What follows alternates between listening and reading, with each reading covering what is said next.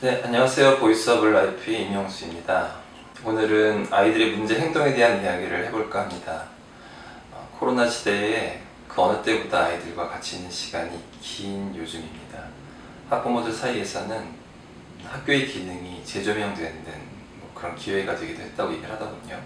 학교가 단지 가서 공부만 하는 곳이 아니고 친구들과 어울리고 단체 생활을 함으로써 사회 규범을 익혀나가고 하는 그런 좋은 중요한 장소라는 것, 너무나 당연한 이야기임에도 그동안 우리는 마치 공기로 숨쉬는 것이 너무나 자연스럽기 때문에 잊고 있듯이 학교라는 곳의 주된 본질적인 기능을 잠시 잊고 있지는 않았나라는 생각을 하곤 합니다.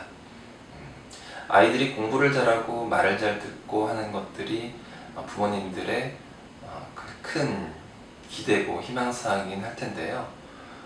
무엇이 더 중요한 문제일까요? 생각해보면 공부를 잘하고 말도 잘 듣고 몸도 건강하고 이 세 가지가 이제 중요한 것들 중에 하나라고 쳐봤을 때 다 잘할 때는 무엇이 더 중요한지 잘 구분이 안 됩니다. 그런데 하나씩 문제가 생겼을 때 그때서야 비로소 무엇이 가장 중요한지가 더 두드러지게 드러나는 것 같아요. 몸도 건강하고 말도 잘 듣는데 공부를 잘 못해.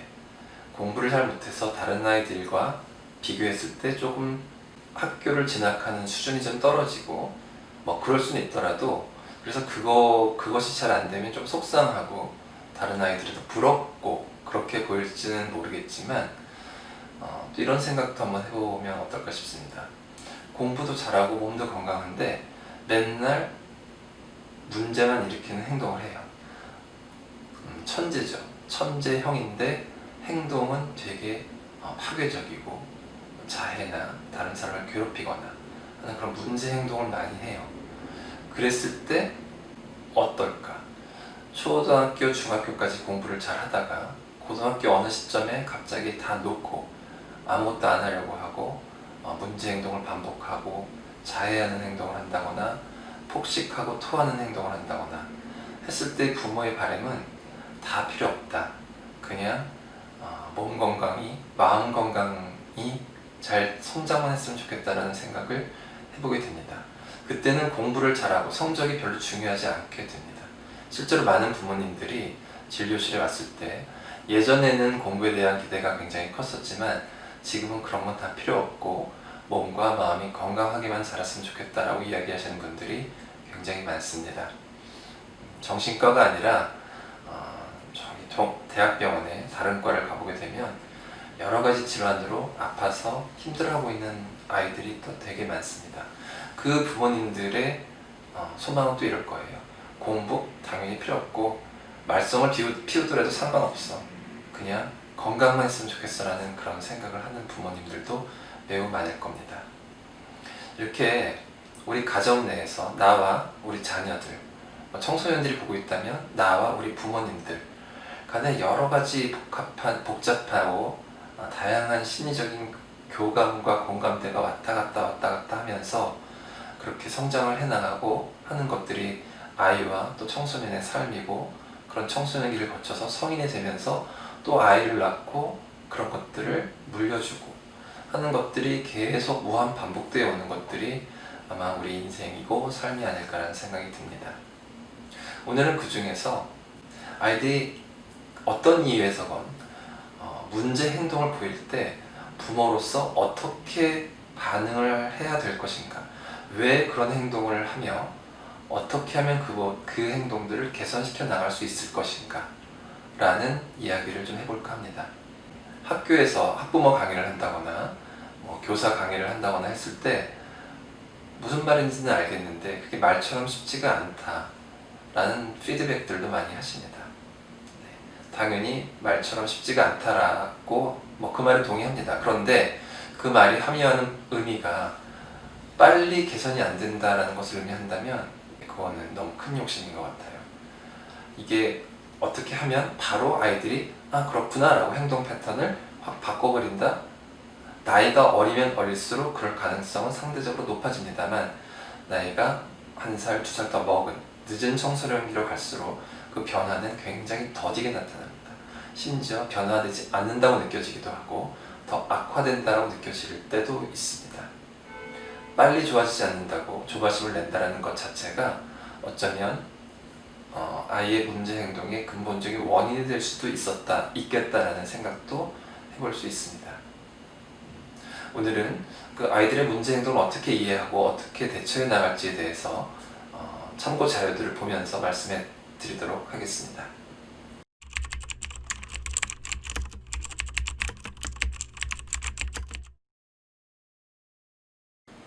교육받지 않은 아이들은 가로와 같다. 여기에 여러분들은 어떤 단어를 넣어 보실 수 있을까요?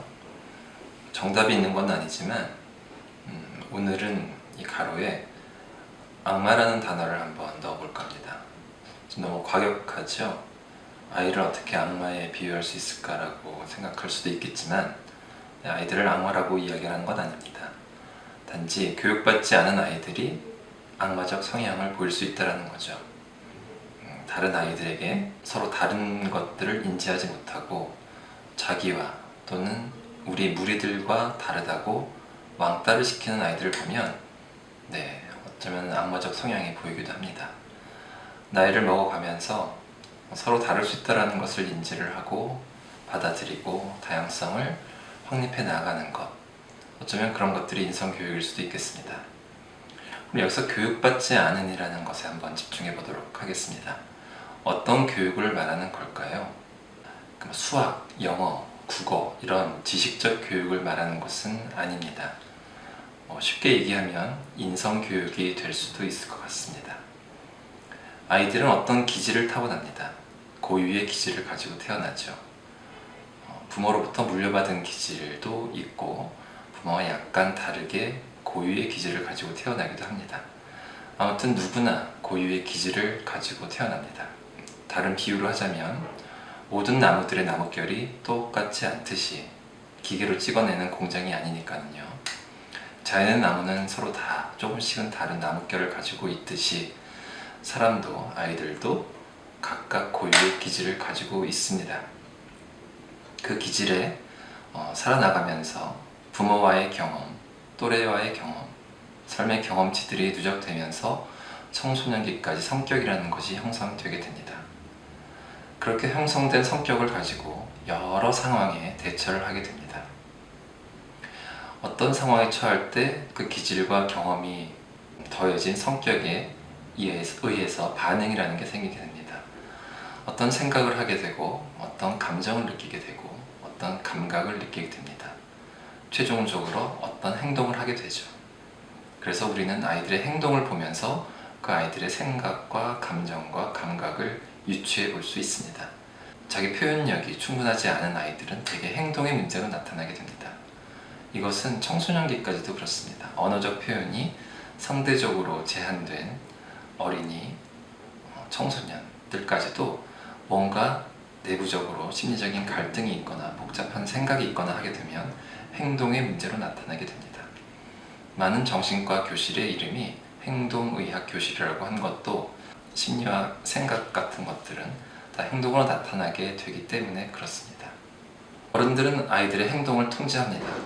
어른들이 생각하기에 바람직하다고 생각하는 행동들은 더 하도록 유도를 하고 바람직하지 않다고 생각하는 행동들에 대해서는 제재를 하고 체벌을 하게도 됩니다.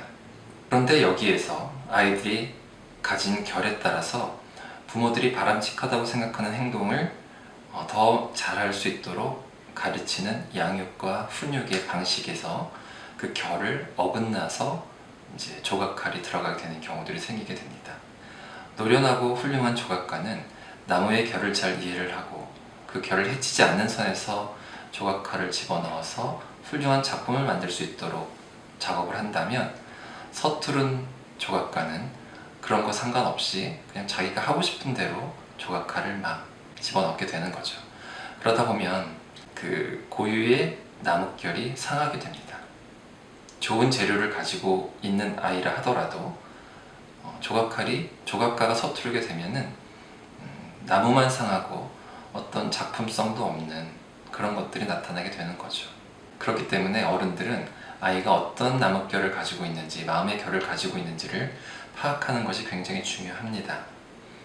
얼마나 반응이 빠른가 또는 느린가, 생각이 행동으로 나타나는 그 시간이 얼마나 다른가, 이런 것들을 다 감안해서 어떤 메시지들을 전달해야 됨에도 불구하고 그냥 어른의 기준에 따라서 빨리빨리 반응하지 않으면 야단을 치거나 나무라거나 못난 아이처럼 이렇게 하고, 어른의 기준에 따라서 어떤 행동을 하도록 계속 강요하게 되는 경우들이 생기게 되죠. 어린 시절에 그런 경험을 해서 아이가 되게 많이 힘들어 하다가 나이를 먹어서 성인이 돼서는 그냥 잘 지내요 라고 하는 경우들이 굉장히 많습니다. 청소년, 10대 후반의 청소년과 20대 초반의 청년들, 부모님이랑 관계가 어때요? 라고 물어봤을 때 옛날에는 되게 안 좋았어요. 갈등이 심했고 맨날 야단만 치고 나에 대해서 한 번도 잘했다라는 이야기를 한 적이 없고 그랬는데, 지금은 그럭저럭 잘 지내요 라고 이야기를 하는 경우들이 있습니다. 그런데 이미 꽤 많이 늦었습니다. 고유의 나뭇결에 따라서 잘 조각되지 않고 나무가 파손된 상태로 어른이 된 거죠. 지금 현재는 그럭저럭 지내고 있는지 모르겠지만 과거에 이미 받은 상처는 여전히 안에 트라우마로 자리 잡고 있는 상태로 성장을 하게 된 겁니다. 그렇기 때문에 한 살이라도 어릴 때 부모들이 그 아이들의 기질을 잘 이해를 하고 교육을 시키는 것들은 매우 중요합니다. 이렇게 성장하지 않은 아이들이 성장을 해 나가는 과정에서 다른 사람들을 무시하게 될 가능성이 훨씬 더 높겠죠. 왜냐? 자기도 자기의 고유의 기질을 이해받지 못하면서 부모가 나를 대했기 때문에, 그렇기 때문에 나도 내 주변에 있는 아이들을 나랑 다르다라는 기준을 가지고 무시하게 되는 것, 어쩌면 너무나 자연스러운 것이라고 볼 수도 있습니다.